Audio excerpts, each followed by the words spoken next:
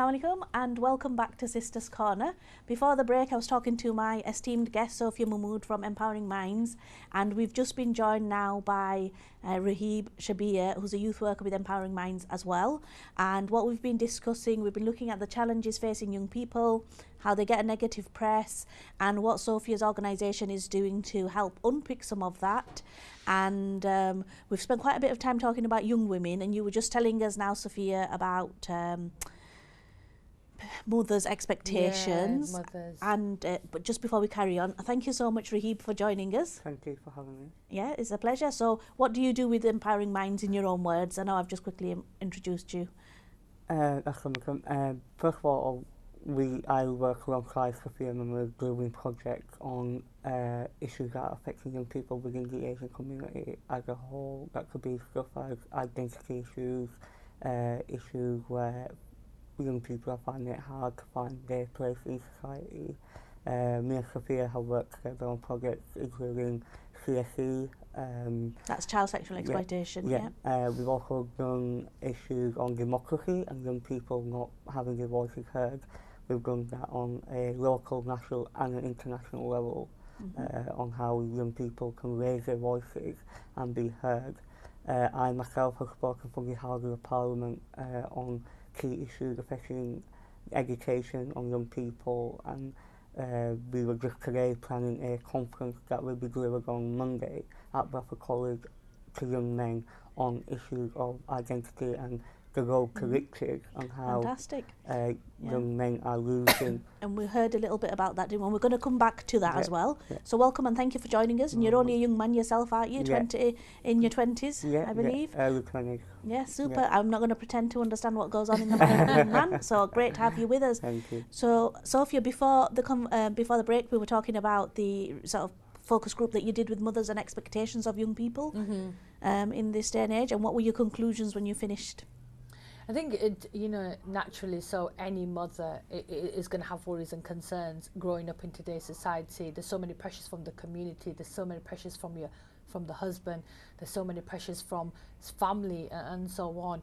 And it's about mothers and daughters working together to respect and value each other, to see how do we make these final decisions. And mothers just want the best for their daughters. But there's so many worries, more so what will people say? And the daughters' worries are, why are we worrying more on community expectations as opposed to we should be thinking what's going on in our household, what is best for your child? Because when the next person makes a decision for their child, they'll be making it on the basis of their household, not what you have to say. That's really quite important, that, isn't it? How as society, as communities, we limit somebody else's behaviour just through fear of gossip, in a way. And it links to reputation and respect, but the kind of things, what's interesting is when we grew up, it wasn't that my mum disregarded that, but ultimately she was like, I know where my children are, I know who they are, I know what I've taught them, so therefore if someone should come and do a little bit of tittle-tattling, I will check. There was no blanket, well, someone said or someone saw you or something like that, You had that relationship with your parents, whereas if people haven't built those relationships with their children, then how would they have those conversations and have that faith within their child? And I think that's really a key to building that relationship between mothers and daughters as well, and mothers and sons, fathers and sons. Talk to your children, tell them. They cannot read your minds. Tell them what you're thinking, tell them what your worries are. I think that's in all relationships. I have a good friend who says that to me when I say da da da da da, so and so was expecting this, da da da, and she's like, did you tell them? Yeah. Did you actually say the words, Amria, that's what you wanted? And I'm like, no. So that's really powerful. But something else I'd like to explore with you both is, we've spent quite a bit of time talking about the expectations on young women, whether they wear the hijab or don't wear the hijab, women right across society actually, so many people are always talking about them. And we've just talked there about how people are saying, well, daughters can or can't do that because other people might talk about them. Do boys have the same expectations? Or limitations on their behaviour? I think we're moving forward in society where there is expectations of young boys to man up, to be a man, to take care of responsibility, to be the macho, to be a certain kind of individual. But at the same time, a young man is a young man who has feelings and emotions and who is still exploring his own identity as well. And I think that, you know, personally, I would say my father has a fantastic relationship with his sons as well as his daughter.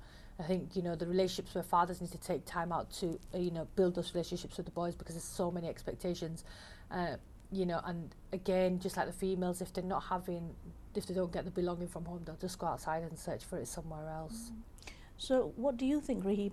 You know, as a young man and one who's working with other young chaps and women, but what do you think the expectations are of men from, you know, the families, from society? It's a very interesting point, and I would like to reiterate what my colleague Sophia said.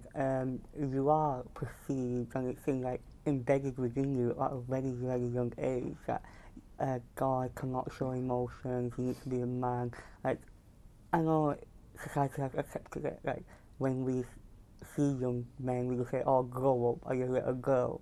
I think that sort of statements like that actually say that men can't show emotion, and this is where we're having trouble, that men are not showing emotion and they're just hidden away and stuff. I was just having a conversation with Sophia and one of our other colleagues that in the last 6 months, if you look at Bradford itself, we've lost a lot of young boys to accidents that involve high cars or speeding on the road of Bradford, which is very, very unfortunate. And it's all this honour and pride within the community, and this idea of what me and Sophia were discussing, brotherhood, and how you want to be respected within your own circle of friends and what it actually means. But is it really worth it, actually going down the road of riches, of drugs and high-speed cars and racing? And so is that all that kind of behaviour which you just described there, you know, young men hiring, you know, really powerful cars that they're not really in control of, they really haven't, you know, it's not everyone, so I'm just being clear, I don't mean every young person. Actually, I have a couple of young nephews who are, you know, in their early 20s. Who are really sensible drivers, and, you know, they work, and so it wouldn't be fair for me to say everyone, but we do have quite a few young men who do hire expensive cars. In some cases they do have them because they've got more of a disposable income, or it's the family car or whatever it is, and then they go into that lifestyle of, you know, the fast driving, the fast cars, you know. And it falls, Amri, into the whole thing of image and status. I was just going to say, is that about self-worth? It is. And me and Rahib have just been working, we've had a fantastic afternoon working on this conference, and we were talking about image and status, and does your image give you your status, or does your status give you your image?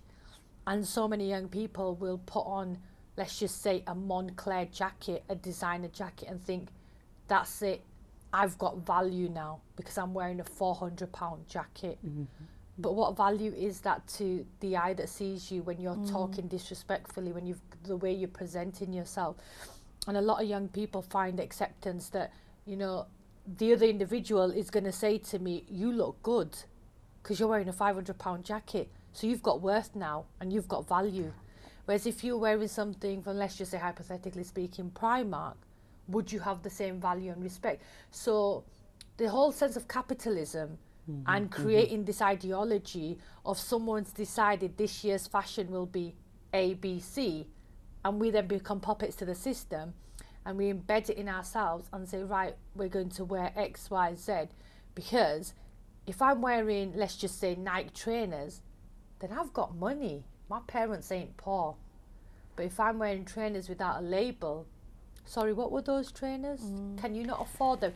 And it's like automatically you're saying to people, I've got money, I've got status, I've got value. But surely that value is down to your mind and how you present yourself. I think that's where a lot of young men go down the road of easy access to money just to fit in. If, like, for example, Sophie said, if I am wearing a £500 Moncler jacket and my fellow peer is not in a financial state to afford that, he or she even will find other means just to fit in, so she or he can buy a Moncler jacket just to fit into society and not get picked on. And that's some of the challenges that we need to address, that it's not always about the label, it's not always about what you're wearing. But unfortunately, that comes from the top. Mm-hmm. We can't change that just on the grounds. It is, fashion is highly embedded, money is highly embedded, being a gentleman is highly embedded. Where do all these stigmas come from? So when you're a young lad growing up, let's just say in a deprived city like Bradford, what's your opportunities? We've got a caller who'd like to join us, if that's okay. Yep. Assalamu alaikum. Assalamu alaikum. Walaikum salam. How are you, Yes, sister?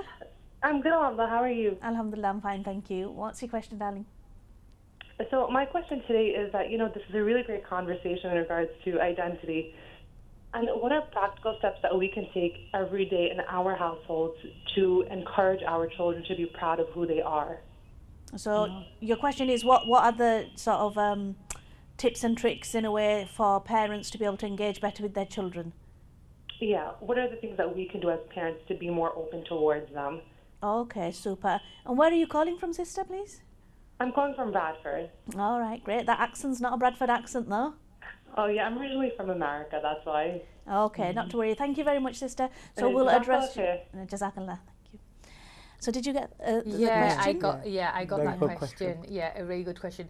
I think you judged it on each merit of the household, and I think one of the vital things is communicating with your children and having open dialogue with your children, and not being afraid to have those difficult conversations of taboo words that you might think, we can't talk about sex, drugs, rock and roll because they are words that we don't mention in our household. But if you don't say to your children that, no, this is the reason why I don't want you to do this, and I don't want you to do this because I feel that in our religious views that it doesn't fit in with us, communication is really important. And take time to understand your children. Don't expect too much from them. Yeah, and let them... I think one of my learning from, the wider family is actually recognizing children are learning and they're developing and they're not the finished product yet. Yes, so they will make mistakes, but also what we should be focusing on is, in my opinion, people may disagree, is helping develop kind, caring, compassionate children with a strong moral compass. Yes. So they don't have to have you next to them breathing down their neck or be scared the neighbour's going to say something to behave in an appropriate manner to the situation and to society, and just be a decent human being. Right. So I think one of the things to that, and I know you mentioned communication, is actually in my experience when I've seen people, is we don't do downtime together very well. Yes. What does that look like in a South Asian household, in a Muslim household sometimes? I asked mothers last week, a couple of weeks ago when we did the consultation, how many of you sit and have a family meal? And they said we don't, whenever the kids turn up. Whereas and I said that's so important, to sit around the table and eat together, and texting their kids when their kids are upstairs and they're downstairs. And I remember the time when I was growing up, you got a scream from down the steps, come down, food is ready.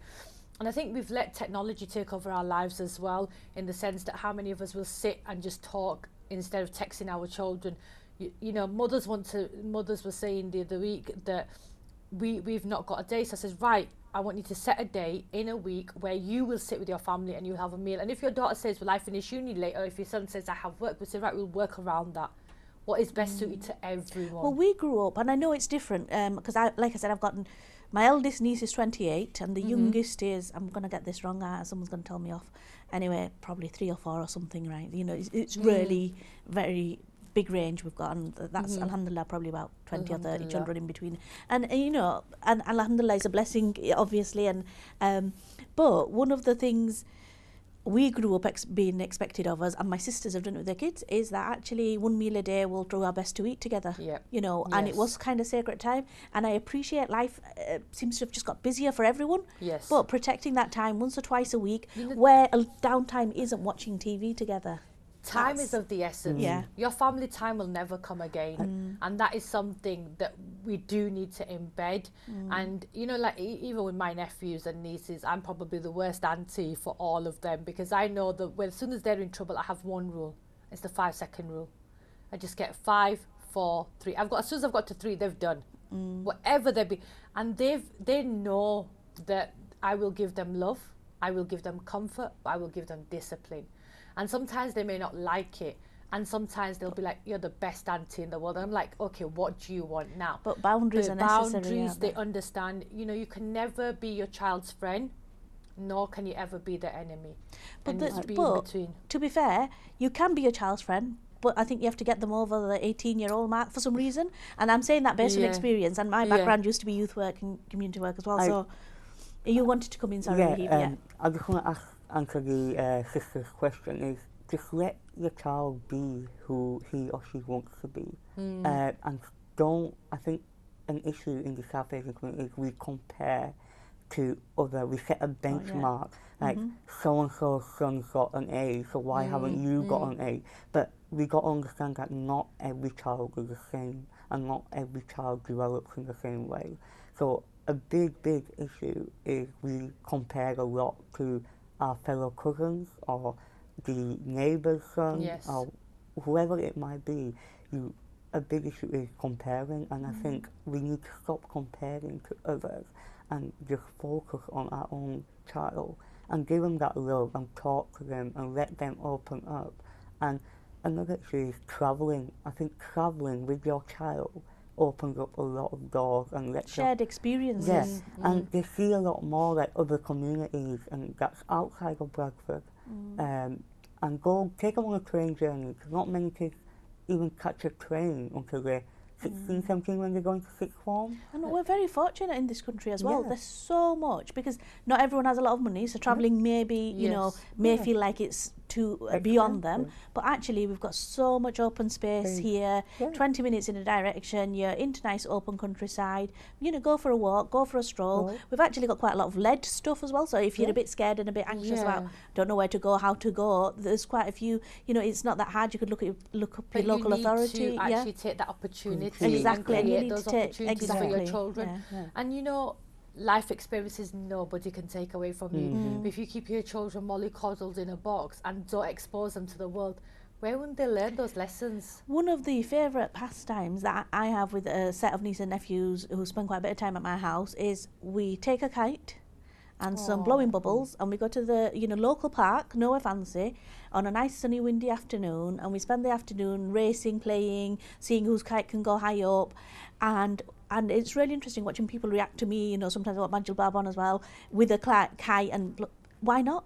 That's what I am, and these children are loving it, and we have such a lovely time. It costs nothing. Yep. Whatever the kite we bought 2 years ago, that's what we're using. Yep. 50 pence for some bubbles. But it's that time. Yeah. It's priceless. And that's what I found, and it's what in our family I am a proponent of, is children really, really value your time Yes. that you give them. Yeah, Go on, Sophie. sorry. No, I remember once I went to, I was in Rochdale for work, and I decided to stop over at my cousin's in Ashton, and my nephew gave me his bedroom for the night, and I thought that was really sweet of him, and he's the one that tests your patience at times.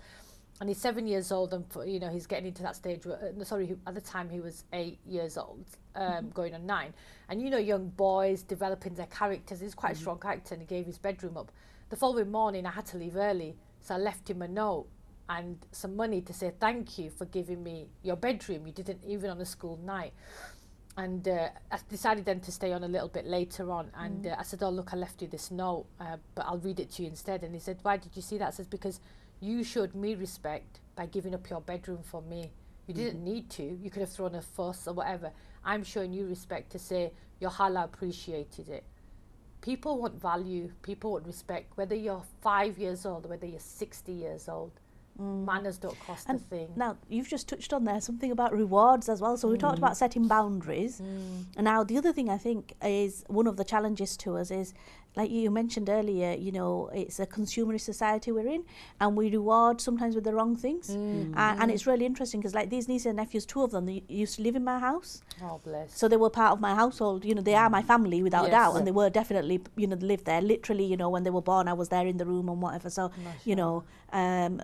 and it's really interesting. So, like I said, they spend mostly Sundays at my house.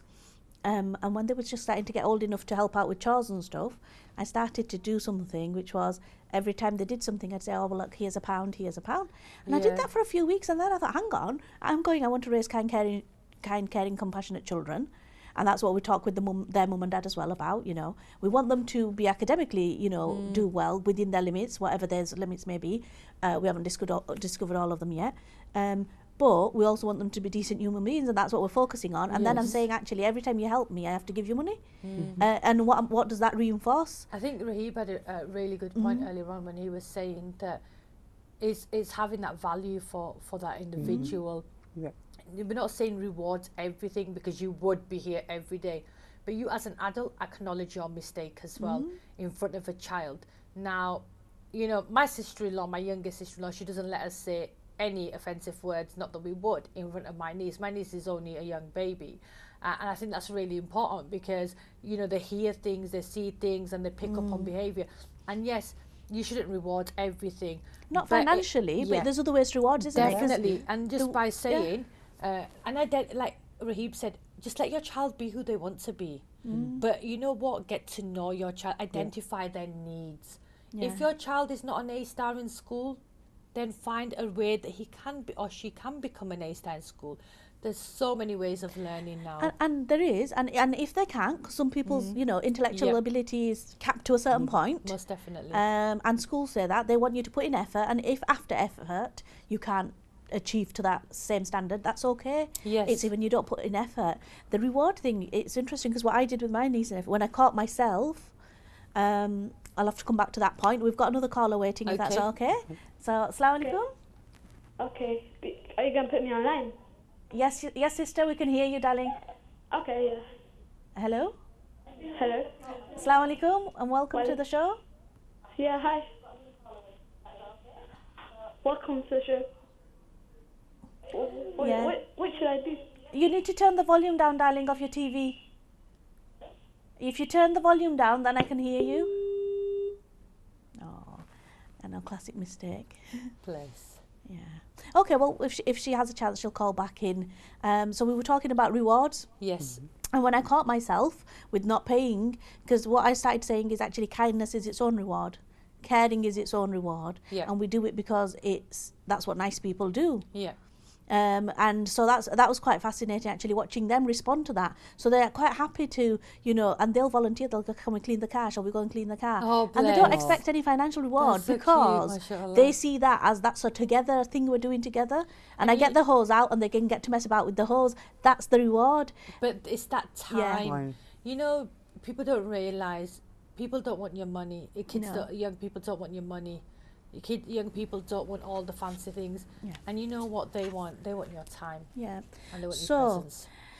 my goodness, it's been such a pleasure talking to you, and I Thank would you love so to carry much. on talking to you both. And thank you, Rahib. We'll have you come back on and talk a bit more with us. Definitely. Yeah, it'd be fantastic. So, you're from Empowering Minds, and you've got these two Yes. conferences next week. Would you like to just give our viewers Okay, so we've got- details of where they can get in touch with you? And Okay, if you need to get in touch with me, please have a look at our website, which is www.empoweringminds.co.uk.